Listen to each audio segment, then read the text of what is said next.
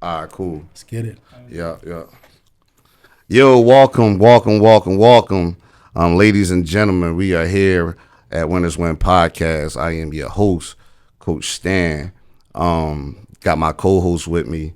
First one I'm gonna introduce. Yo, the streets been asking about you, man. They been like, yo, where he been at? He won our favorite on the podcast. We ain't seen him in a couple episodes.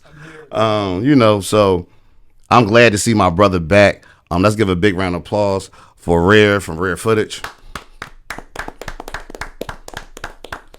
And then we had to spice up the podcast a little bit. We got a real special guest, newcomer, but he ain't new to the cameras, to the spotlight. It's my guy from the Lonnie Young family. Let's give it a big round of applause for my guy Core. Appreciate you having me on this joint, bro. No doubt, bro. We really happy to have you here. So, we Winners Win Podcast. We always bring in winners through. Yes. This guy, I'm just start off, two-time national champion. Two-time. Yeah, so, Two-time. that's just starting off with winners. But more than anything, he's like the guy next door who's at a high level that people in Philadelphia could talk to. Real down to earth. Him and his family is basketball royalty. When you say that last name, it's heavy, not just in the city, but all across America. Like you know what I mean. So I don't want to make it local, but was a former head basketball coach at LaSalle. Now I'm back at Villanova. I'm on the second way around. Like I said, he won 2 national championships with Villanova, but he's on his second way around with Villanova. Let's give a big round of applause for my guy. Yes, sir. Mm-hmm. The legend. The legend. Coach Ash Howard. Big round of applause, y'all. Appreciate y'all having me, man. Thank you for coming through, Coach. We know you busy, sure. Man. We know you super locked in. The season approaching, so we know y'all locked in, man. Speaking of the season approaching, Coach, what's going on, man? Talk to me. How have training camp been, practice? How that's going for you guys? It's been good, man. We got 8 new guys. Okay. So it's different because doing a lot of teaching. The rhythm of practice for the players leading up to this week is sort of kind of choppy because you're stopping and you're teaching and correcting them every possession, it feels like. Right. But now we've got a lot of our stuff in. We're able to get up and down more.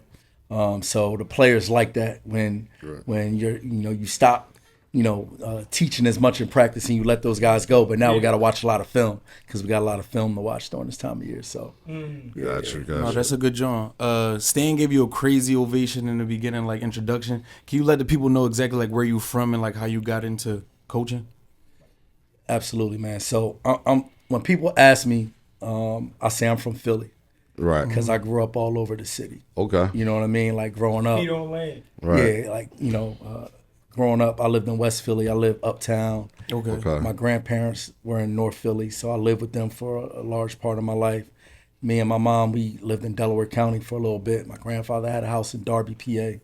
We lived in Gaydon for a little bit. Mm-hmm. So like me and my mom bounced around a lot. So I got relationships with people all over the city where they feel like, yo, I grew up with Ash. That makes sense. I mean? That's how you the guy next door then. I get it now. So now it makes sense with my introduction. That makes sense. That was a good job. Yeah, that makes sense. Door. I like that. But, obviously I grew up in a basketball family. My dad coached. My uncle was a coach in Philly. He, coached AAU, grassroots guy. Okay. Worked with Daryl Schofield when Sco was starting.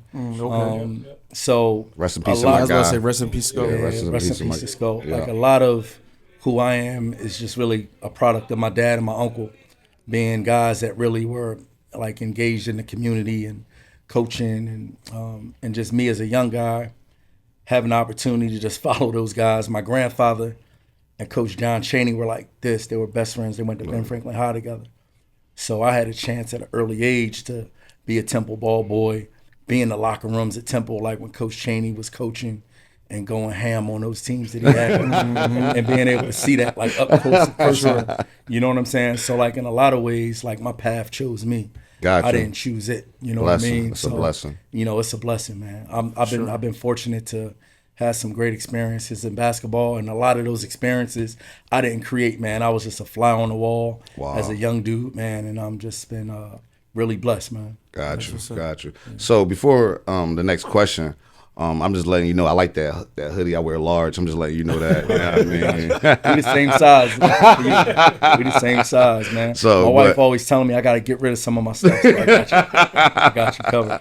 No, but Coach, just to rewind back a little bit, like we know you this, great coach, very decorated.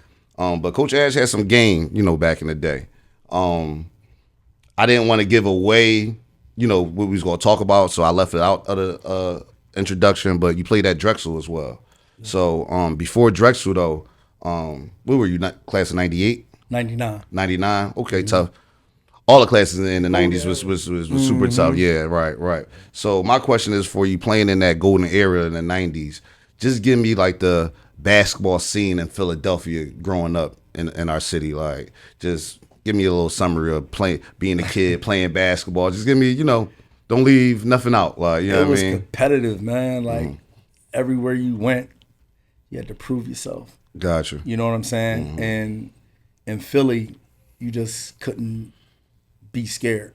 Gotcha. You know what I'm saying? Like, and really what that meant was you had to compete. And when you're in a competitive environment, it's going to be confrontation. Right. For sure. Can't back down from that. Yeah. Right. You know what I'm saying? Yeah. So that's who I was as a player. I wasn't no great player, but I competed. I never backed down from nobody. I always wanted to, prove that I was just as good or better than anybody I played against. Gotcha. Sunny Hill League, which we all played in, Positive Image, which we all played in. Yeah. Street leagues that we played in, Myers Playground. Yeah. 25th and Diamond, 16th Street, 16th Street, right. Whittier, Panatti. Those are the playground. Haddington's, 33rd, West Philly, 33rd and Diamond. Growing up and playing in all those, street leagues, that's where you were battle tested. Right. So it's like, you playing in games where, it's a lot on the line. You know what I'm saying? Right. So now when you playing in the Catholic League or you go to college, man, this is light. You know what I mean? So the playground was like where you earned your stripes. The playground was where you earned your stripes. And also, like when we played in Sunny Hill, they only let you play a certain way. You couldn't pull your bag out. You couldn't pull your bag out. They make you walk the ball up the floor. Right. Play disciplined basketball, smart basketball, because we had old heads that have been teaching the game for a long time that were coaching us. That were no nonsense. That like if you mess around, like they take you out the game and they embarrass you in front of a bunch of people. Yeah. So you stayed within their parameters. You did what you were told. But then when you got a chance to go and play in the playground, all right, now that's when you pull out your tricks. Yeah. That's when you put all the stuff I've been working on. Now I'm gonna pull that out just so everybody know. I got that too, right? But also, right, that's when the AM1 mixtape era was coming out. Right. So now you were seeing, shoot, man, AO was from my hood in North Philly. Okay. So I'm going down 16th Street to watch him because he's a legend in my hood. Was he him? Yes. Give it up for my guy. Give it up for Unc, man. Give it up for my Unc. Give it up for Unc. Are you crazy? Yes, that dude he was him, man. Point guard, man. So you go and you watch. You're a part of these environments, and you're watching older guys. I had the opportunity to as a young kid, right, watch the Baker League, right, and that's something that I think this generation is kind of missing. We got the Danny Rump, right, but the Rump is only for a weekend. Coach, can you break the Baker down league? I don't mean to cut you off. Can you break that down? Because I don't understand it. Because I know it was Sunny Hill, but then I thought Baker League is the Sunny Hill League. I'm confused. So just break that down for us. All the games were played down Temple. The Future League was 9th and 10th graders. They played at 4:45. Right. Then you got, 6 o'clock game is a high school league. 7 o'clock game might be a college league game. Gotcha. Then the last game of the night is the pros. Gotcha. So you're talking about at the time, Pooh Richardson, Doug Overton, Randy Woods, L Train, Michael Anderson. Mike Mike played at Drexel, right? Yeah, Mike played at Drexel. Randy Woods was that You gotta look him up, man. He got some highlights. No, on like there. these Yeah, guys, look him these up. He got guys, some like stuff on YouTube. these guys were amazing basketball players, man. You know what I'm saying? And you got a chance, like however many nights a week, you could just pull up and watch them guys. And now, again, like as a young person, you sit there and you watch them. Now I'm at the playground working on the stuff I just saw Pooh Richardson do last night in the Right. Baker League. I saw Mike Anderson, you know what I'm saying, with the crazy mid-range pull-up game. Like all of these things. And then like, yo, you're watching the guys that are a little bit older than you play in the high school league. You're watching the guys that are in college. So now the Big Five was on fire at that time. So you get a chance to see Cuttino Mobley when he comes home playing against Alvin Williams and McGonigal Hall. Like that's crazy. Like that's crazy. You No, know what that's I'm saying? insane, right. So like the whole environment in terms of Philadelphia basketball was on a whole nother level because like, yo, like everybody wasn't going to NBA Summer League. Right. Like kids from the hood can't go to NBA Summer League to watch the pros play, but they could do that at the Baker League. Right. You know what I'm saying? Like, you know, in the college, you know, these dudes are now going to, you know, the Dame Lillard camp and they're going to the Nike Skills Academy to play against the best of the best. Well, guess what? We had the best of the best right here playing like 4 days a week. Yeah, right. You know what and I'm it's saying? in y'all backyard, right? So In y'all that's what you backyard. were saying that they missing? Well, I'm not gonna say it's missing, but I think that's what made that era special. Okay. You know what I'm saying? You speaking of that era, because you the class of '99, Yeah. and you seen, you know, classes before you, and you seen classes up to now. Yeah. What was the golden era like? You consider like you seen a lot of basketball, a lot of generations. What do you consider? Because every age bracket got a different golden era. So I'm gonna ask you because you played in '99. A lot of people around that ballpark got that around there the golden era. What do you consider as like the golden era of basketball? Like yeah, from here to here, Philly was like at its pinnacle, like the top. Well, I can only speak for what I saw. Yeah. What I saw is nothing like the 90s. Gotcha. Just what I saw. Yeah. Right. You know what I mean? Like you talk about, I mean, just the guys that I saw. Rashid, Kobe, Rasul, Flip Murray, Eddie Griffin. Yeah, that's a lot going on. No. You know what I'm saying? Hell of a lot going on. Those just the guys that I saw Yeah. that were like, you know, close to my era. Cuttino Mobley, Alvin Williams, you know what I'm saying? John Salmons. It's a lot. It's a lot of heat in that group. You know what I mean? And he's talking about just the people that's like that he giving us names that we recognize, but Who made it? Like, I'm saying it's people like Rashid Buchenberg, like that, Rashid like Buchenberg, Rashid Bey, Marvin O'Connor, Naeem Len Crenshaw, Greer. right. The list is You know crazy. what I mean? Yeah, the Like- list get goofy, But man. what makes them guys so special though compared to like this generation of guys? Well, I think there was a really, really healthy competitive energy where those dudes competed against each other and wanted to prove that they were the best. Not saying that it's not like that now, but I mean, we all know, like most of these dudes, they're gonna team up for one of these teams and then they're gonna go travel AAU, and that means more now. AAU means more. Right. Bragging rights in the city meant more than anything back then. I don't care what you did. No, for sure. Like, you went to ABCD camp. All right, yeah, that's cool. Right. I'm waiting for you down here, Positive Image, at Finley Playground. Right. And like all that, what I heard you did down there, That's none out of the that window. matters. That's out the window. It's all out the window. now, you know Coach, what I mean? you played in a lot of battles back then. Who was some of your rivals? Like who you knew? Like, we line up, I got to give him some gas, and vice versa. Like who was a rival or two? Oh man, I ain't really had no rivals. You know what I mean? No, but the guys that, cause I always played up. Okay. Right. I never I didn't play with my age group until I was a senior, till I had no choice. Right. So I always was playing with older guys. Gotcha. So the dudes that like were really, really, really good, I'm not even gonna say they were rivals of mine. Like these are just really good players. Like I played against Martin Inglesby in high school. Like this dude was an amazing point guard. Like went to Notre Dame, was a big time player. Rasheem Middleton, that played at Newman. Shout out, that's my boy. That's my like, guy. Like Sheen was tough. my old head People right don't there. really, know how good Sheen was. Yeah. There was a guy that everybody knows Donnell Feaster. Yeah. He was a He was guy West that Philly? he went to West Philly and Yeah. Overbrook, but like Feast was a dude that I grew up playing against since we were kids at Myers Playground. You know what I mean? Who was an amazing player, right?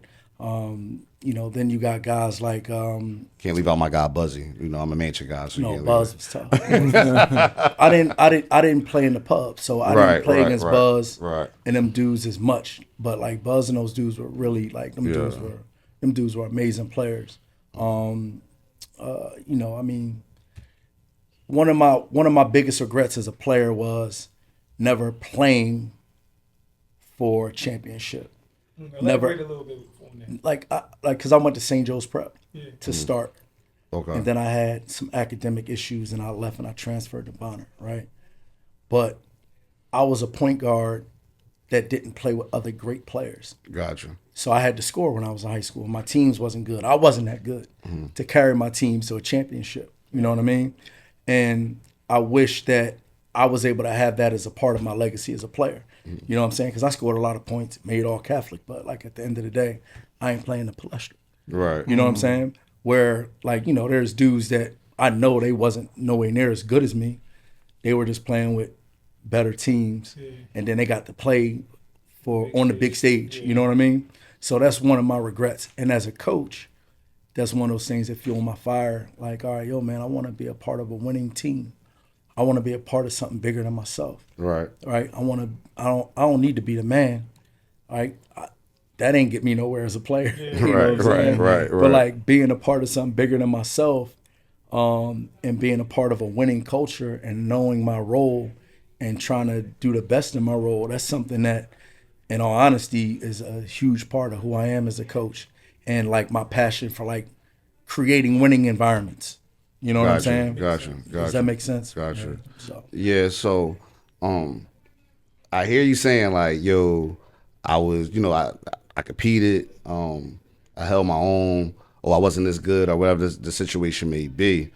But when we talk about your pop, ain't no humble in that. Like that, like we, Mr. the OG, Mr. The like when we listen, Mr. Mo, like, you know, Mr. Mo Howard, like, you know, he's not like one of the legends. He is the legend. Like, you know, things I love about your pop is just not speaking on his age, but he's still so sharp. Like, you understand what I mean? Like he's super still knows what's going on in the culture. And I ain't talking about when you play. I'm talking about today. Like he can tell you everything that's going on in the city of Philadelphia as far as with basketball. Just talk about that as far as the pressure of growing up with somebody like that as your dad. Was it like a lot of pressure? Was it like, did dudes hate on you because like, oh, you only get this because who your dad is? Or was it like, dang, I'm trying to be better than him? Or like, what was the mindset growing up? I wanted to be better than him. Okay. You know what I mean? Gotcha. I wanted to be better than him. Right. My grandparents' basement on 24th Street, like we ain't had no finished basements in the hood. The basement was full of my dad's trophies. Got you. From the front all the way to the back. Sheesh. All types of trophies. Championship, big trophies, small trophies. Right. Plaques. You know what I'm saying? Like Right. all different types of designs. So it's like growing up as a kid, I'm like, damn, like all right, that's what it's about. Like Right. you gotta get trophies. Right. And it wasn't no participation trophies. None of that. All them the MVPs, Sure. they all standing. they all chips. They were, What about any runner-ups in there? man, they were all standing out. You know what I'm saying? And so like that was my thing.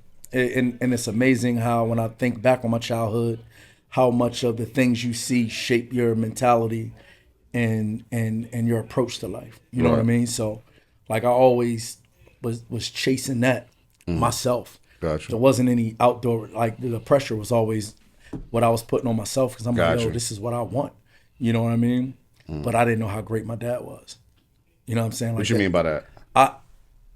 You don't know. You know what I'm You saying? hear the Like, stories, but you like, hear the I ain't see stories. it, so it's like, you hear yeah. the stories, but like I didn't grow up watching my dad play. Okay. But when I was born, my dad's career was sort of kind of towards the end. You know what I mean? Right.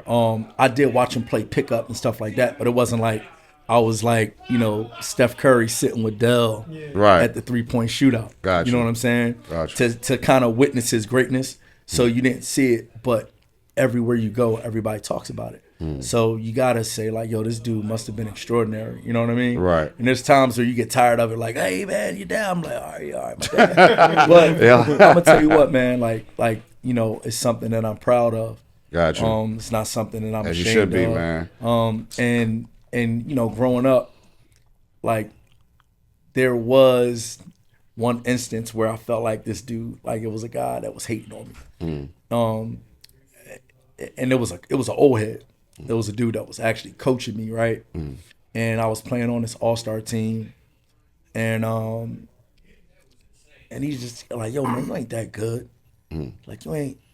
But it wasn't like it was like push it was the hating joint. it was a hating joint. Yeah, like, got I'm you, like, got you. damn, You're OG, hearing like, his voice. Yeah. Like, why you hating on me, dog? Like, right? So it was crazy. We're playing in a tournament, and then like we had a second day, and like half of the team didn't show up, right? So he didn't start me the first day.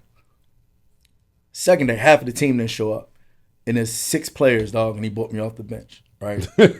So he put me in the game, and in the game, I hit like 8 threes, man. I had like 30 something. All right. And after We at Drexel now. We playing a lot. Sophomore year, we get injured. Talk to us about how your mental was. Was it sophomore year? Was sophomore year, right? right after my sophomore year, Dang. going into my junior year. Yeah, talk to us a little bit about your mental and like how did that change your trajectory in terms of your basketball career?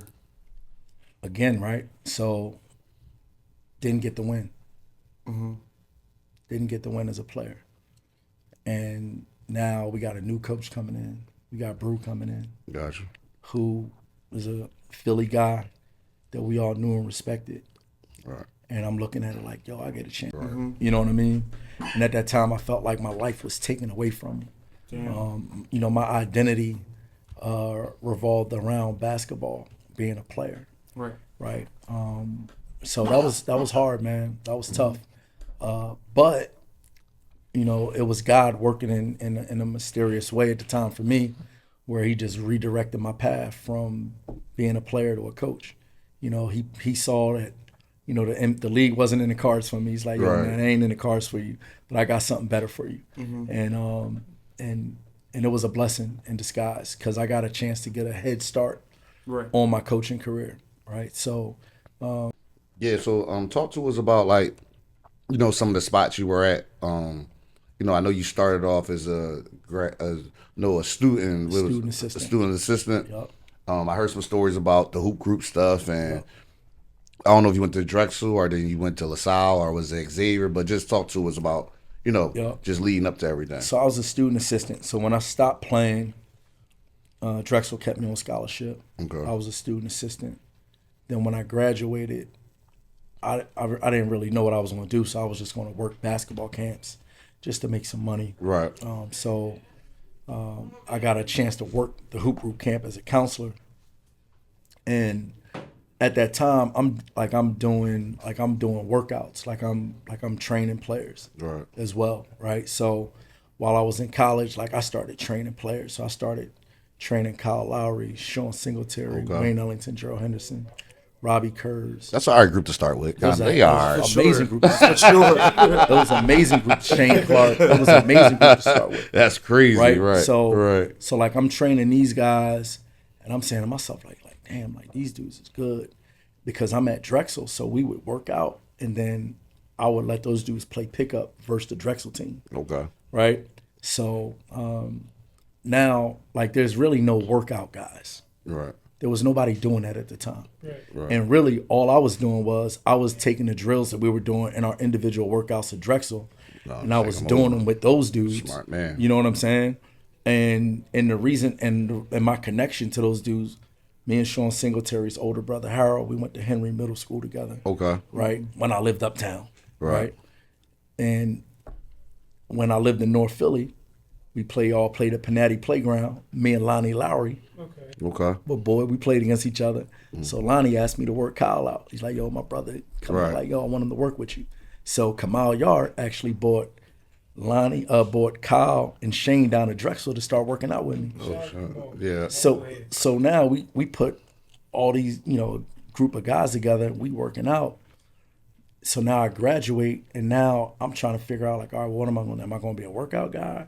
Am I going to be a high school coach? I really don't know, right? So I said, what I'm going to do is I'm going to work basketball camps. So I'm working the hoop group camp, and Mike Rice was the director of the camp at the time. He was about to be an assistant at St. Joe's. Okay. So like halfway through the week of camp, he was like, yo, man, like, yo, what are you going to do with yourself? You going to go back to Philly, work guys out. Like, you need to work here, like, full time. And I'm like, work here full time? Like, ain't no basketball camps in the wintertime. What you talking about? I had no idea what he was talking about. But he explained to me the business that the hoop group was. Just, host exposure events, camps, tournaments, and showcase games during the fall season. Right. So I picked up a full-time position for them. And then at the end of that summer, they have like the top 100 clinics that they got going on. So I'm hustling that, trying to get kids to come to it. I'm at Newman Goretti. Okay. And Dr. John Giannini was at Newman Goretti recruiting. And he pulled me to the side and was like, yo, what are you doing? I said, man, I'm just, trying to find my way. I'm trying to find my way. And he was like, yo, I got a spot on my staff. Would you like to come up and interview? So I said, sure. So I came up, interviewed, went back to the hoop group, told Rob Kennedy, I said, man, I just interviewed with LaSalle. He said, well, what are you doing here right now in my office? You just interviewed for LaSalle. How you talking to? Yeah. Tell me about that journey. Like, tell us about that journey and how was it? What was the feeling like winning at the mountaintop, like winning at the highest level? I mean, the feeling was intoxicating, but the thing about it is, it's like you appreciate all the people that you're with and the contributions that everybody made. Got you. You know what I'm saying? Like we did it. Like we did it. Like we did it. Like right. you've experienced that at MOTEP. Right. Right. Where like every team is different. Right. Right. Like there's no perfect season. Every season we had like adversity that went on that nobody knows about, that we had to overcome. That probably was the reason why we were able to win. Right. And every game you play, every road game you play, it's the biggest crowd that's ever been at this school. Yeah, that was like the most swag I ever seen. I'm not sure the Chris Jenkins story, is that the first or second one? That's the That was the first one. Yeah. That was crazy. That was when they put the camera on Coach Jay Wright. What did he say? Boom, like Bang. Yeah, I know. Bang. Cool as a fan. I'm like, yo, that's the most swag I ever seen. That Like, jump was crazy. that's probably gonna go down. That's the craziest shot and probably will ever be, right? You agree? Game winner? Oh no, For for the game, Natty, for easy. game. That's The the Natty. greatest shot in the history of college basketball. Yeah. That's for sure. better than Mike Jordan in North Carolina. Yeah. That wasn't at the buzzer. That's true. That's Yeah. true. Like Yeah. the Buzzer the with- buzzer it went was off like while the nothing ball was in else the to do air. after that. Wasn't No, it that's down? true, Y'all was that's down true. too? Yeah. It was tie game.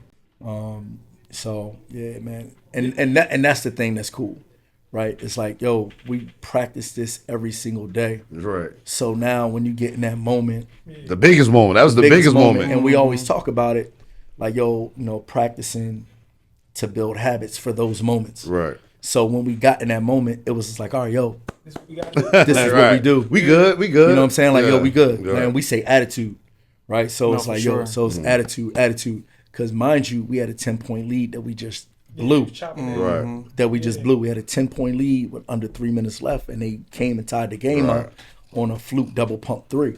Yeah. I ain't Right. gonna lie, Let that shot would have been it. That'd have been the one that go down in history when too. Jenkins hit shot was No in doubt. the air, Like- like time stopped for me. I'm like, Sure. I remember where I was at and everything. You a Nova fan by default, like. I'm gonna sure. tell you You know what I'm what. That's saying?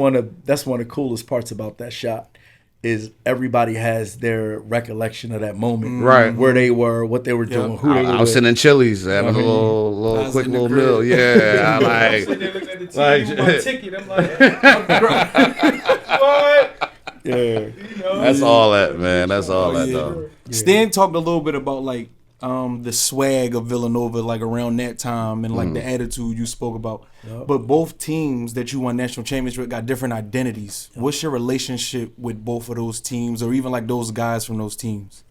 So my relationship with our guys is still really solid. One of the things that I try to do as a coach is when guys make it to the NBA, I don't really need to be all up underneath you, man. Gotcha. Right. Because there's a lot of guys from those teams in the league. Yeah, but you made it, Right. right? And as a coach, it's my responsibility really to, be somebody that's there with you for life. Those dudes, like once they get to a certain level, there ain't really nothing I could do for them. You know what I mean? Now, sometimes guys go through injuries, guys go through difficult times while they're there. I check on them. You know what I'm saying? Make sure they're good. Right. But to be honest, man, like my relationships are with the guys that don't make it. Right. What they doing? Right. You know what I'm saying? And I think as a coach, that's what you got to take pride in. Like everybody not making it to the NBA. What kind of guys are the guys that don't? You know what I'm saying? I think I got pretty solid relationships with my guys that don't make it, where they know, yo, man, I can still call Ash. He gonna be there for me. Right. For sure. You know what I mean? Right. So, like that's how I carry it personally, right? There's a lot more of them than who make it. It's way more who don't make it to like the For highest sure. level. Exactly. Yeah. And the other part of it too is when you make it to the NBA, everybody try to get to you. 100%. Yeah. You know what I'm saying? Right. So Right. I never want to just be like, somebody just trying to get to you, need tickets, this, that, and the other. Yeah. Right. You know what I mean? But I still do have a good relationship with all of our guys. That's what's A up. lot of our players, they still come back. And I think that's a testament to the program. Every year we have an event we call Summer Jam where all of our alumni come back. I'm talking about all of our pros, all of our alums from the 70s. Like we got dudes that are in there that played before the 3-point line. And That's crazy. And everybody That's insane. all comes together in a fellowship, right? So that's not me as much as it is Villanova, but even for me, like the relationships with all of my players from all the different schools that I coached at. Right. You know what I mean? Like Right. I coached at Xavier for 1 year. I had a Zoom call with like 5 of my dudes. They called me on Oh, a that's group what's Zoom. up. That's what's up. Like last weekend. You know what I'm saying? Like I still keep in touch with all the guys I coached at Drexel. Fortunately for me, like being able to go back at LaSalle as the head coach, still stay connected with a lot of the guys that I coached at LaSalle as an assistant. So that's one of the things I take a great deal of pride in, man. You got your footprints in the Big Five, man. That's 3 stops right there. LaSalle, Yeah, for sure. Or the City 6, rather. Drexel, LaSalle, Nation. half of it, man. It's crazy. And just giving you your flowers, man. Like, obviously, me coaching where I coach at Imhotep Charter, I seen you in the field, and just seeing the way people talk to you and the comfortability they have with you, able to relate to you. I just think that's like a gift for you that like you do that when you finish talking to you, like you walk off, you like, man, I like that guy, man. Like I like he's a thorough dude. You ain't too uppity, but you ain't. I don't feel like I'm talking to somebody on the corner either as well. So just want to give you your flowers of just always just being like, well-rounded, well-grounded. You understand what I mean? So I appreciate that. No, I appreciate that, man. I mean, that comes from I've been through some stuff, man. Like I'm not just some dude that won 2 national championships, man. Like been through real life stuff. Right. You know what I mean? And as a coach, what I try to do is I try to be able to put myself in anybody's shoes and relate so that I can help you. Right. You know what I'm saying? Because you got to connect with somebody before you can coach them. 100%. Right. I believe, right? Right. So, like, I just think like that's my mentality. Like, I'm not any better than anybody else. There are a ton of dudes, coaches, and I want to shout out like all the guys that are coaching in Philly, all the trainers, That's what's all up, the man. dudes that are investing their time in young people and helping guys out. Yeah. Like, there's a lot of them. There's like so many to name. Right, But right. all of the guys that are out here doing that work, man, I want to salute all of you guys. Give a round of 'cause- applause for that, man. Real talk. because I'm no different than anybody else, man. You know what Right. I'm saying? I'm just the one that God chose to kind of be in the shoes that I'm in, man. So, Right. So your blessings came where after y'all went 2 championships, I'm not sure if it's the following year after that or the year after, but you get named head coach at LaSalle. So before we jump into the LaSalle career that you had as the head coach, I like to ask you like any regrets taking that job? Because it was like so many more opportunities on the table that came once you started coaching there. So was it like any regrets taking that job? I was like, no, like God knew what was best for me, and I took what I was blessed with. man, at that time, Like, you got a kid from Philly, Right. just won 2 national championships, and now I have an opportunity to be a head coach in my hometown. Right. There's no way I was turning that down. That's And I don't have any regrets about taking the job because I got unbelievably valuable experience that I would not have been able to get had I not taken it. You know what I'm saying? So, everything's in God's timing. Right. That was the opportunity for me at the time. It was an unbelievable opportunity. I learned so much. I've grown as a coach. The only thing that hurts me about that whole situation is that I knew that I was the best coach that I had ever been right when they let me go. Wow. So they didn't get the best version of me. Gotcha. Right. You know what I'm saying? Gotcha. So that's the only thing that was frustrating about it. But in terms of the opportunity, man, I'm grateful for the opportunity. And if I had to do it all over again, if it was in the same situation, I would have did it again. Yeah, coach, because you was an assistant, and like you said, you took the LaSalle head coach job. What's the differences like between you being a head coach and an assistant coach? What's some differences? Well, the biggest difference is that people don't realize is you go from making suggestions to decisions. Okay. Yeah. It's easy to make a suggestion. Right. Hey, yo, Stan, I think we should get Chinese food, man. Right. You know what I'm saying? Nah, man, we eating Italian. Right. If that Italian come back not right, Stand mad at you. Stand Like, mad that's at me. on you. That's on you. I told you. you made that decision. Right. You know what I mean? Right. That's the biggest difference. Got you. You know what I'm saying? In every single thing you do, you're making the final call. You know what I mean? What play we running, who we recruiting, what time is practice, what uniforms we wearing this year. You know what I'm saying? How heavy did you rely on your assistants though? Because you had you had one of the best. Forget just coaching. If you put a basketball on that side, you had some of the goats over. You had Coach Donnie. You had Uncle Pappy over there. You had some guys. Singletary was over there. Like, you put a basketball over there, y'all cooking anybody. No doubt. But how heavy did you rely on some of that advice though? So I probably could have relied on their advice more. Because in all honesty, those dudes are all amazing basketball minds, right? Right. I was coming off of the success that I had at Villanova. Right. And in my mind, yo, man, this works. Right. I seen it. Right. Let me teach you what this is. Gotcha. Right. As I do a self-evaluation, I probably could have listened more. Right. I probably could have given those guys more opportunity to kind of work and grow. I was trying to build LaSalle based on my understanding of what LaSalle was, but based off of the experience that I had as well. So that's one of the things that if I had to do it over again, I would have, given those guys a little bit more, because those guys are all great coaches, man. Right. Pappy, Right. Donnie, like those dudes could be head coaches. Right. Right. Those dudes got great basketball. John Cox. Like, John Cox is an amazing I forgot about coach. it. That's my guy. You know what I'm saying? I forgot about it. Like John Cox. Like John right. Cox, Kyle Griffin, who's at John Cox is Kobe Bryant's first cousin. Yeah. Right. Jamal Robinson. Like, I had an unbelievable staff, man. Yeah. And all guys that are hard workers, that know basketball. And honestly, man, those guys did a great job with our players, man. I think our players got better. Like, if you look at a dude like Ed Croswell came to LaSalle. Right. He left and went to Providence. And not only did he leave and go to Providence, he produced he did his at thing. Providence. That's my youngin. That's my youngin. Yeah, Eddie did his thing. You look at a dude like Jack Clark.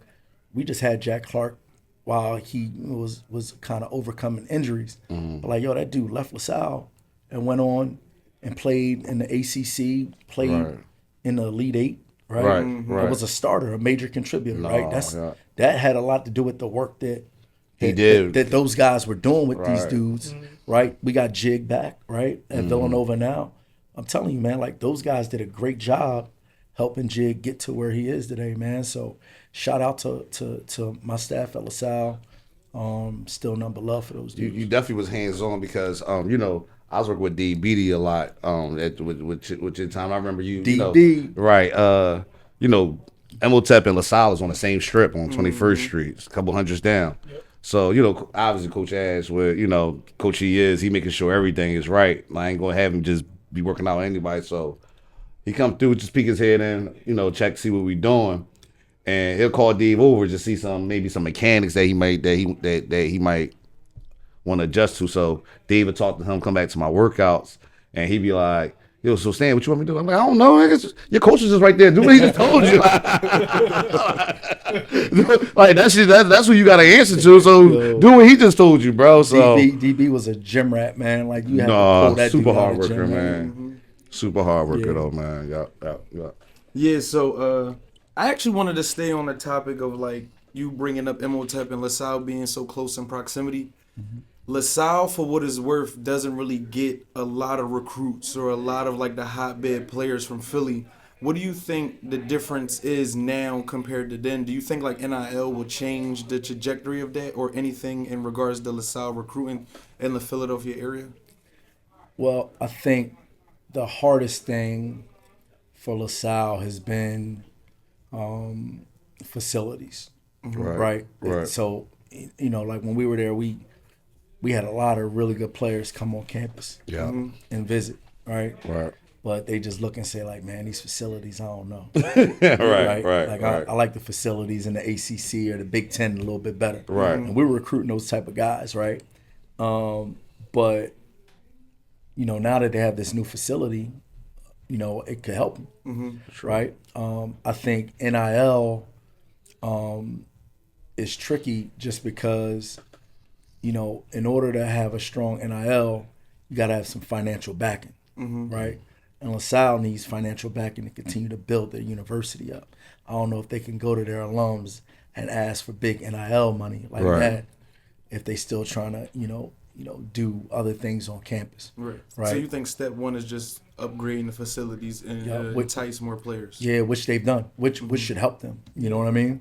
And then you know what? Like once they get the ball rolling, they get a couple good guys, then you get some momentum, and anything can happen, right? So like you saw it happen back in 2013, where they had all those guys: Tyrone Garland, Reek Duran, Ramon Galloway, Rel Wright, right? They made a lot of them. I think they made born and raised Philly. All local guys, right? But it's amazing what you can do when you get all those guys together on the same page. Yeah, right. You know what I mean? So, it just takes time. Sometimes you got to get lucky. Sometimes it's better to be lucky than good in recruiting sometimes, right? So, I think, LaSalle got some good dudes over there, man. I know they're working hard to get some players in there.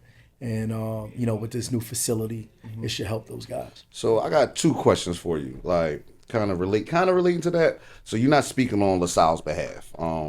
This question, you kind of speaking on the behalf of every local college in our area. And the only reason I'm saying you speaking on the behalf because it don't really pertain to you because I know you done recruited a Tracy Carter, Dave Beatty, a Darius Ward, Ed, Jigga. You have a ton of guys from whatever college you was at. You done recruited them. So I'm not speaking particularly to you, but just as a whole, as a stigma in our area that the area.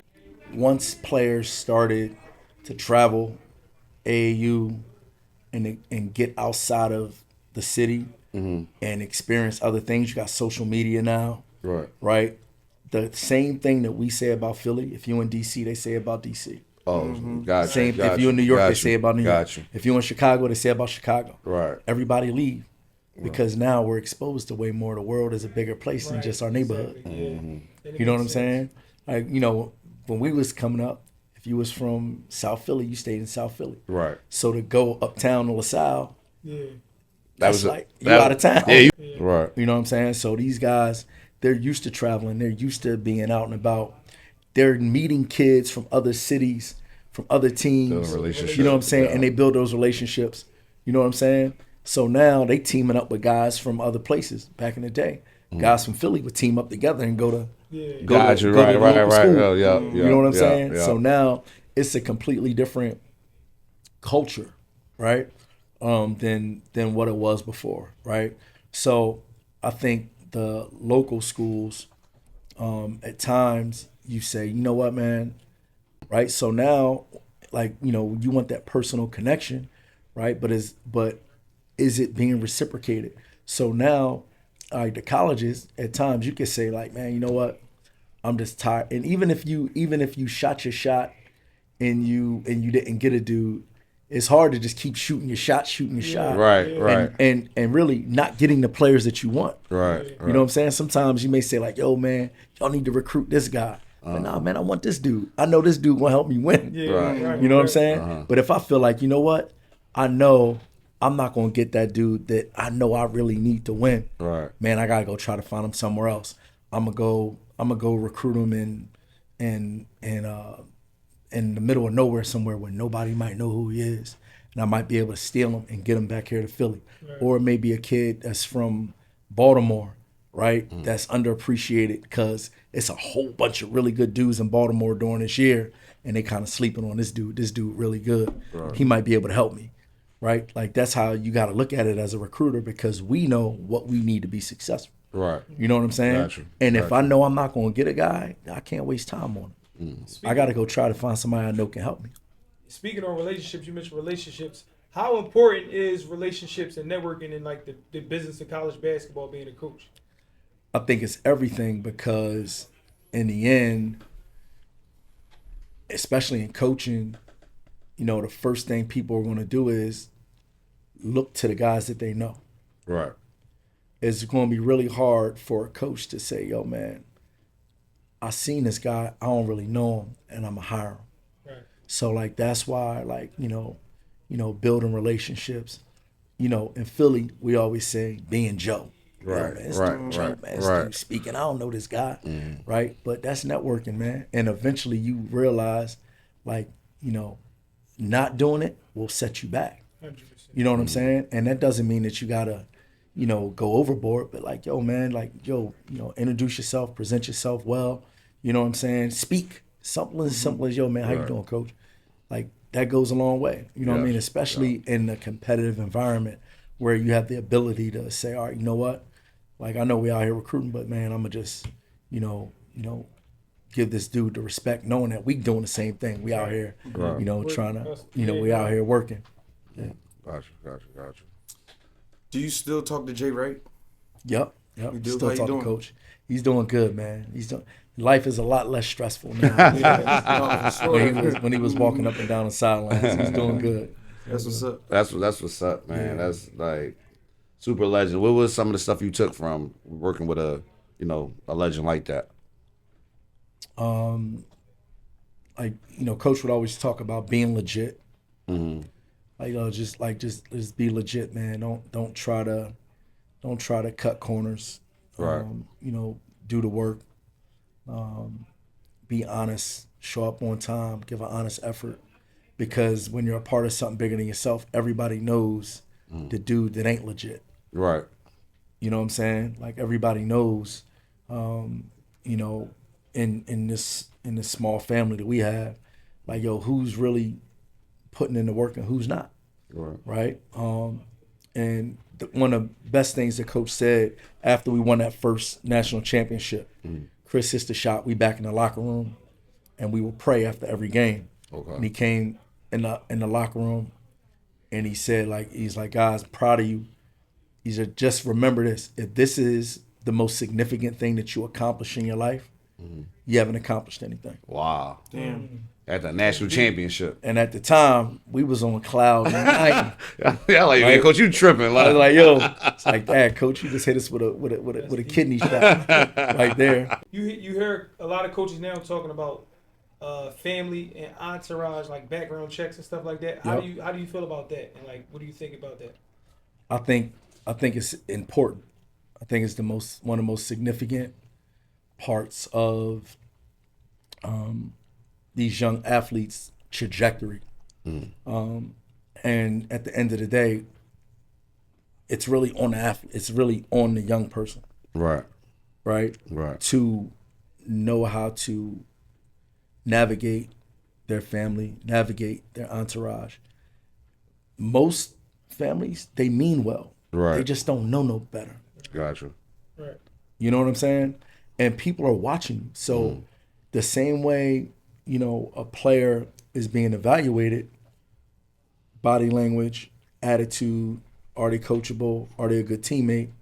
yo, man, if your mom is behind the bench yelling and screaming at the coach, you know what I'm saying, hollering and screaming at the refs, you know what I'm saying, going back and forth for other people in the stands, that's a reflection on you. Right. And some people will say, like, you know what, like, that kid is good, but is that person going to impact the team dynamic that we have? Because when, you know, he goes home for Thanksgiving, right? Are the people at that dinner table, yo, man, You better than such and such. Why better you playing than you such over and here? such. Why they playing you over him? here? Yeah. Right, yo, man, coach tripping. You know what I'm saying? And now most young people, they're not strong enough to go against their family for the coach. Right. Cloud the judgment. You understand what I'm saying? But that's another reason why I am the way I am, Stan. Gotcha. Because a lot of my work is having conversations with the parents, having conversations with the cousins, Right. with the old heads, with the guys that they grew up with. So from the door, we having a conversation. Listen, man, he comes here, this is how it's gonna be. Yeah, you got to. You want to know something that drives me crazy, Coach? When we first get kids, and we always got to snap on them about because they're new, they don't know no better. But a kid looking at they old head or they parent while they're playing, the like, game. yo, I'm coaching you. Like, you want them to coach you? Tell them to get on the sideline, bro. Like, No. Have a seat. Exactly. Sit down. Exactly. Like, yo, anything that's over there, you should not be focused. You can talk to them after the game. Like, you doubt. understand what I mean? So that's something that just drives me crazy with that, though. No doubt. Coach, what is your definition of a Philly guard? My definition of a Philly guard is what I explained before, right? Tough, right? Smart, skilled, right? Regardless of what your position is. Right. You know what I mean? And toughness doesn't necessarily mean like, you know, you muscled up, Right. and you know what I'm saying, you locking people up 94 feet. Like a dude like Lynn Greer might be the toughest Philly guard I ever saw. Really? Because he was unrattled regardless of the situation. You know what I'm saying? He gonna make that big shot when the game is on the line. Right. You know what I'm saying? You know, you look at like Kyle Lowry. Like he personifies that. You know what I'm saying? Like what's so great about Kyle Lowry other than he got the heart of a lion? Right. You know what I'm saying? 5'11", Taking charges, diving on the floor for loose ball. He gonna do everything within the game of basketball, 94 by 50 feet. That's gonna help his team win. Exactly. Right. Exactly.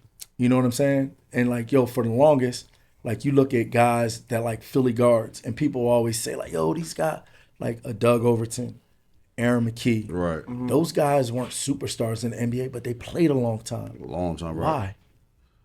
And all the top guys talk about them heavy too. Like, you know what I mean? You know what I'm saying? Because those dudes were professional, but they were winners, man. They played winning basketball. Right. They did all the things that helped your team win, that allowed that superstar to be the guy that he was. You know what I mean? AI talks about all the time. Like Aaron McKee allowed him to go out and be who he was. Right. You know what I mean? Just to give more detail on that, because like I'm real tough about our guards in Philly, just like you are, Coach. And like just to give examples of what you're talking about, like, and I'm talking to the young people, like the young people, the viewers. When Coach is talking about, say for example, a switch comes, you want a big man. Do you 3/4 that big man, or do you just sit behind and say, oh, it's over, he gonna get the bucket, or you gonna at least make him work for it? You understand what I mean? Or you switch on that big, you wind up in the switch, the ball go up on the rim. Do you say, oh, he's taller than me, I can't get this rebound? Or you gonna get low, get underneath his legs and box him out? Like, that's stuff that I tell our players all the time. Like, if you don't do that stuff, you're not a good guard. Like, you like, that's winning plays. Like, you understand what I mean? Because we all, like, Coach, you know, we all draw stuff up before the game, but stuff is gonna happen during the game that's unexpected. No doubt. And so you got Nova Knicks, or you got the 76ers. Who you cheering for when they play? Who are you cheering for? Nova Knicks, man.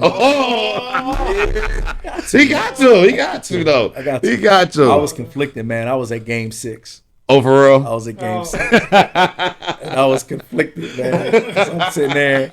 I'm like, come on, man. Like, yo, big game for the Sixers. But my man JB out there giving them gas. And you know what I'm saying? I'm sitting there and he doing the same old thing, getting in the lane, pivoting, spinning, shot faking, Yo. and one. You know what I'm saying? Josh Hart, Dante, them dudes. Right. You know, getting every loose ball, every 50-50 play. Shout out to City, the king. I do. Go. Ash, Joe Bryant and Kobe Bryant, your family had a good relationship with those guys. Yeah. Could you explain that relationship or talk about it some? And then how was our families were close. Right. You know what I'm saying? So, you know, growing up, I had a relationship with them and with Kobe, and when he was around, relationship wasn't the same once he left and became a pro, because I was still doing my thing and he was, doing his thing. He was doing his thing, but you know, every time I ran into Kobe, you know, over the years, it was all love. You know what I'm saying? You know, watch Kobe work, man. I watched Kobe become who he was. Like I tell people all the time, like Kobe was always that. Right. You know what I'm saying? In my opinion. So, you know, obviously, with his passing, you know, man, it being so abrupt the way it happened, it was a tragedy. You know, you feel for like their family because we know them. You know what I'm saying? Like John Cox is one of my best friends. You know what I'm saying? Like, you know, like you feel like, because you feel it, like you're close to the people that are relatives of this guy. You know what I mean? And you know, it's it's just hard, man. It's a tragedy. Still sit well with everybody. You know what I mean? But crazy. but I'll say this, man. It's like for him to be able to be celebrated and looked at as the icon that he is, and the figure and who he is in basketball, you know, it's like it get no bigger than that. You know what I'm saying? Right. You know, feel really bad for his daughter. You know what I'm saying? And the families that got caught up in that. Right. Like, you know, like that was like a real tragedy, man. But, you know, for Kobe, like he left everybody a lot of like unbelievable memories of him.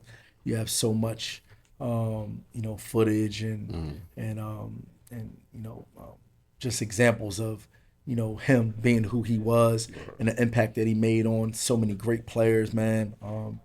You know, when you think about watching him come up, like it, you know, he was one of those guys that was kind of born to be who he was, you know. So that's crazy. No, rest in peace, Kobe. Rest in peace, Bean. Rest in peace, Gigi. Coach, we back at Nova now. Back at Nova. There's a lot of like hype around this particular team. We got Wooga there, Philly bred kid. We got the young boy from LaSalle back over there. Eric is in his final year, I think. Yeah. So we got a lot of Philly situations over there at Nova. How's that been, and like what are your expectations for this year's team? You know what? I think we're different than teams we've had in the past. I like this team because, you know, I think all of these guys are really, really hungry to do something special. Right. Wooga's work ethic is unmatched, man. That dude lives in the gym. That's what's up. Eric Dixon is one of the hardest working guys I've been around. Jig has worked harder than he's ever worked in his whole life, getting himself in shape, getting himself ready for this year. Jordan Longino from Germantown Academy. Right. You know, he's knock on wood, like he's been healthy. You know, he's a guy that's had injuries that, you know, you can't get that time back when you're out. Right. So it's hard to build and keep getting better. Like, even though you want to, but, you know, it just doesn't work that way. If you're out now, you got to go through a whole process, right, to get back. And the fact that we've had him healthy and been able to kind of just build and keep getting better throughout the offseason, I'm excited for him. So we got a good group, man. We got a good group. You know, it's one of those teams where, like, you know, last year it was disappointing the way the season ended, but I felt like we were right there for most of the year, where, you know, a play here or there could have went either way, and we would have been in the NCAA tournament. Like, it's just the reality, right? But, you know, this year's team, they definitely have a chip on their shoulder. Okay. You know, we got some Philly guys, so we're gonna rely on them to bring that Philly toughness. For sure. Right. Right. And if we collectively can have that type of attitude, then I think we'll have a big year. Yeah, I mean that was the question. Like, just you've been through it. Just realistic, being the coach that's been part of teams that won championships on the highest level in college basketball. What do you think it'll take for them to, one, because make the tournament, and two, do well in the tournament? I think the most important thing with this group is like how quickly we can gel, like in the heat of battle. Gotcha. You know what I'm saying? Because right now, everything's cool. Like you're practicing, right? And then in the summertime, you learning each other. Everything's cool. But now you're playing in a tough environment, competitive environment. Other team gives you their best shot. Collectively, how do we respond? Gotcha. You know what I'm saying? So we're really going to be relying on the leadership of Eric and Jordan because they've been here. They've been with us, man. Cheering for y'all. We definitely cheering for y'all. Nah, man. man. We appreciate it, man. Always want Nova to Coach, be good every Appreciate year. it. What's your advice to a kid trying to earn a scholarship to college? Be the hardest working player on your team. Right. Be the hardest working player on your team. If you're the hardest working player on your team, then you're going to get something. Right. Because the one thing, as long as your coach can say, like, listen, man, this kid lives in the gym. Like, that's what I said about Wooga, right? Like, I don't know what's going to happen with Wooga. I don't know if he's going to make it to the NBA. I don't know what's going to happen. I know he's one of the hardest working dudes on our team. Gotcha. You know what I'm saying? Like, he's in the gym all the time. So something good is going to come from that. Yeah. You know what I'm saying? Like, if you invest your time in getting good, the things you spend the majority of your time working on, that's the stuff you're good at. Shout out to Wooga Pop too. I love the way he moved with his son, man. Yeah, he's supportive, but he stay out the way though, man. Like, no doubt. Stay way out the way, man. So definitely, a big shout out to him. Shout out to Sewell, man. Yeah. We just talked about a kid earning a scholarship, but it's a lot of local people who have been like engaged in trying to take from like being like youth coaches to high school coaches to even coaching at the next level. What is some of your advice for coaches trying to coach at a D1 level, like a blue chip school like Nova? Do the best job you can where you are. Gotcha. Whatever situation you're a part of, make that situation the best it can possibly be. You know what I mean? Because and network and build relationships. Yeah. That's definitely important. Right? Like doing both of those things at the same time, simultaneously. You know what I mean? Because in the end, like, you don't want to be in a situation where you got to do both. Because you can build your team up and help it be a winning program, but you didn't build any relationships. Right. So you got no network. Or you can have a amazing network because you go around and you meeting everybody, but then your team not good. Right. So everybody know you as a dude, like, all right, yo, he a good dude, but teams don't win. Right. You know what I mean? So you want to have that balance, right? And it's something that requires you to be intentional about it. You know what I mean? Got to be intentional about both of those things. Right. So we winding down, man. I just really appreciate you for your time. I'm gonna put you on the hot seat though before we get out of here. That's what I'm here for. Yeah. That's so what I'm here they didn't even know I was gonna ask this question. He's the toughest question. Yeah. It's not even the question you're thinking about. My question is, you gotta give me a top 7 of Nova guys you coach. I ain't gonna say top 7 whoever you coach. I'm making it more tougher. Top 7 guys you coached at Nova. Give them the top 7 guys I coached at Nova. At Nova, I ain't, because I think you'll be forgetting people. You know, you coached all over the place and things like that. So I'm gonna just keep it simple at Nova. Are we putting them on the hot seat where they in order? Or we just gonna say 7? No, you gotta go from 7 to 1. You definitely gotta go from 7 to 1. That's the story of hot seat. I gotta go from 7 I to just 1. know Jalen Brunson better be number 1. That's what I'm like. And we talking about talent wise. With talent, it might be different. Than No. Yeah. I'm What's the saying question? the best player. Talent? When I'm saying best player, I'm saying who accomplished the most at their time at Nova. That's the obvious easy. number Yeah, one that's pick. easy. Top 7. Okay, 7. Okay, I'll give it talent. We give it talent. Wise, because some people won national That was championships. better than Joy. He didn't get that break. He got some talented, just ain't That's put true. it together. That's true. Sheesh, top 7. The reality is those guys were all on those teams, right? Right. So number 7, I'm gonna say Omari Spellman. Okay. Right. He was super talented. Yeah. Number 7, I'm gonna say Omari Spellman. Number 6, I'm gonna say,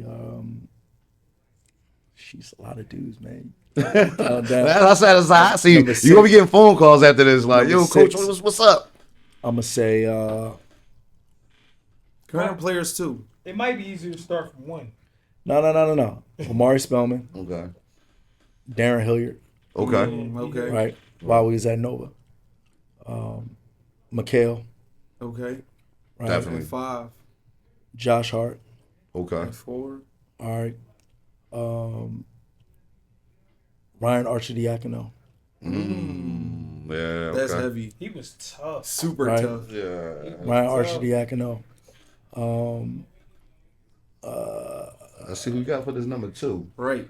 I This, think- this, listen, that's why you go from 7 to 1, because that's like, yo, how some of these people not even on this list? Right. I'm gonna go. This is an underrated pick, but this was my guy, and he came up major in the national championship You game. about to say Chris Jenkins? No. Phil Booth, Oh, number okay. 2, Ew. Phil Booth made the list. 22 points in the national championship game. He did. Ash Grayson explains it. No, for sure. That's what I'm saying. Right. Because who number 1? JB? And Jalen Brunson. Yeah, that's easy though. Like, all right. And Jalen Brunson, number 1. He may not be dunking and, I'm just and all talking that, about- but I'm talking about- the game. He got game though. While I was coaching these guys, So Gotcha. you ain't you. I'm asking these questions because I know you did, but like, so why Colin Gillespie not That's on where your I was list? going with it. so Gillespie- I coached Colin when he was a freshman. He wasn't. Okay. You Okay. asked me Yeah. what that I coached while I was Okay. coaching. Say no more, say I no didn't more, coach say no more. Colin. I didn't coach Colin when he was the Big East Player of the Year. Right, Got right, you, right, got right. Coach Colin when he was our backup. Gotcha. I got you. I got you. that You know makes what I'm saying? sense. So Yeah, they do. All right. You explained it. Now- Okay. So That now- makes sense. I was like, oh. Now the one dude I left out of it was DiVincenzo. He should have been on. Oh, Yeah, for sure. Yo. I was going to get there. Like, Oh. at school, like, DiVincenzo. where'd all these players at? I left So- DiVincenzo For the out. top 7, you always gonna have guys that's supposed No, to for be sure. there. That's not For sure. there. And that's Yeah, the for beauty sure. of it. Yeah, Everybody's For 7 sure. will be and I different. forgot Chenzo. So, all right, I'm gonna give you a tougher question than that. Jay-Z or not? Jay-Z or Nas? Tougher question today. Man, that's a tough because I got my Jay-Z playlist in rotation right now, right? So I got to go Jay-Z, but Nas is the best storyteller I ever heard, and I like stories. Yo, your answer was right. Hov, was he the best of all time? Yeah. Man, that was the right answer. I gotta That was go. the right answer. I Hov, gotta go with I think Hov. when I was younger, I wasn't really feeling Nas. I ain't gonna lie. because you didn't understand what he's talking about. Yeah. Was it Uchi Wally Wally? Yeah, You know, but I still got my whole playlist. And these last couple questions are like our fun questions, so you know, don't take them too serious. No. So Yeah. you know, obviously the obvious question is always Pac and Biggie. I'm a big guy. Big guy, okay. He's I'm a cool. big guy, man. Cause Big had the remixes. You know what I'm saying? One More Chance. You know what I'm saying? For sure he did. He had He all had a the. lot of swag. He had. I mean, Big was my guy, man. I was a Biggie guy, man. What's the worst feel? What's the worst feeling? What's more of a worst feeling as a basketball player? Getting made fall or getting dunked on? What would you say? As a guard, getting made fall. All right, That's worse. You know what I'm saying? Because I could. you get I dunked could, I on. could, I could get dunked on by a big guy, and it's like, all right, you're supposed to do that. Right, You know what I'm saying? right. If somebody make you fall, Yeah, no, that's somebody ever crazy. hit you off like that? Make you Yes. fall? Yeah. yes. Every time I got hit off like that, no Diddy. Yeah, I I'm was sorry. about to say, come on. No, I'm sorry. No Diddy. Every time, That was crazy. I'm sorry. Every time somebody almost made me fall, it was always a Jersey game. Right? I was holding on there like no, it's not going down. Yeah, So, man. My man Rasheem Middleton hit me, man. At, Shout out at to Newman, you. I'm man. gonna hit you with some South Philly. He hit me with the South Philly in and out cross, and I just saw it happening in like slow motion. I'm like, damn. Yeah, you know, Sheem's son had played for me at Emmelton for a little bit, so I got a real good relationship with Sheem. Sheem was super tough. Yeah, The yeah, stories I Sheem hear was about him, super them, like I heard he was real though, man. Sheem. But also, what's your favorite cheesesteak spot here in the city? Whew, that's a great question. I'm a Max's guy. Okay. I like yeah, Max. can't So go wrong. that's typical. Like that's the safe. That's the safe. Yeah. That's I'm the a safe. That's the safe neighborhood guy, response. he be Yeah. around. That's true. That's the I'm a safe Max response. guy. Right. I'm a Right. Sandros, man. I'm a Max Yeah. guy. That was Sandros. No, I still could go for a Poppy Sturgeon, bro. No, you got. Come on, bro. You grown. Like, But that's what I'm saying. I grew up, bro. All that protein they be trying to but throw bro, in you the gotta steak, grow I'm up, like, bro. Like you I'll gotta take grow a up, regular bro. Jones. You gotta grow Nova up. taking a trip this summer. I mean this winter to either play or like a team Not retreat? this year. Not Not this this year. We're not in one of those MTE tournaments this All year. right, cool. But So we're playing 2 games, Uh-huh. one day events.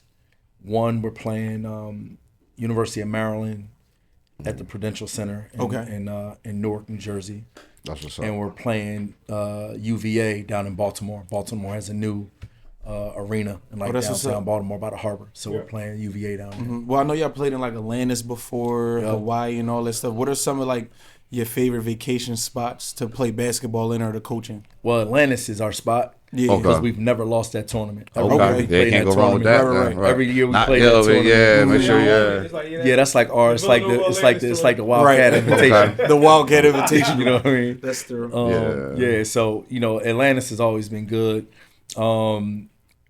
Anytime you take a trip, because most of these places are destination spots during the season, like around Thanksgiving, it's a win, right? Right. But to be honest, for us, like we don't really get to enjoy that because we're preparing for the games, we're watching film with the team. I remember our first year in Atlantis, we won it. We beat Iowa in a triple overtime game in the championship. Okay. So the game then into like after midnight, and after the game ended, it was like my first time just walking on the beach the whole time, and I was just like, oh man, but it was like pitch black outside. Right. I was like, all right, man, this is, I guess this was nice, but we out first thing in the morning. But all those tournaments, man, are a great experience.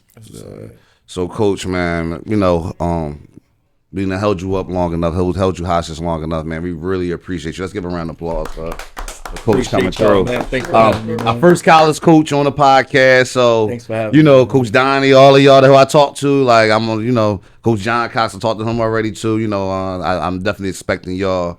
OG done set the trend. He done set it off. So we, Dudes gotta pull up, man. yeah, they Come gotta on, pull up, man. They Let's go. definitely gotta pull up. Come sit on the hot seat. We know, y'all probably got practice tonight at midnight or something like that. So we about to let you go. But our slogan here, because you're just a guy, not only just on the scoreboard, but just in life, the things that the help that you're giving people and the mentorship that you supplying to these basketball players, you're just winning in life. So we thank you. Winners Podcast and the city of Philadelphia, thank you. So we always end with winners win. The end, man. Appreciate you, man. Thank you guys, man. Appreciate you, Coach.